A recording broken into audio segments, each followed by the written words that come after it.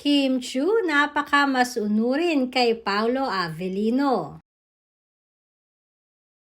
Natapos na nga ang ilan sa mga shoot ni Kim Chiu para sa mga ini-endorse niyang projects at mga commercials.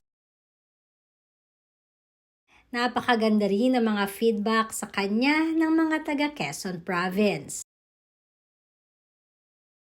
Amin ngang napag-alaman na napakamasayahin at napakabait nga di umano nitong si Kim sa mga tao sa Quezon kahit na off-camera pa man. Hindi rin daw ito suplada ayon na rin sa kanila. Subalit ayon naman sa mga netizens ay may isang kulang sa pagbisita ni Kim sa Quezon Province. Sana daw kasi ay parehas silang naibuk na magkasama ni Paolo Avellino para sa festival nila sa Quezon.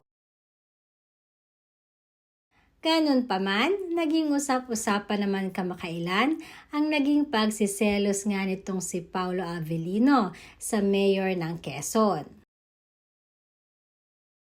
At sinasabi din na napakamasunurin nga nitong si Kim Chiu pagdating kay Paolo Avellino.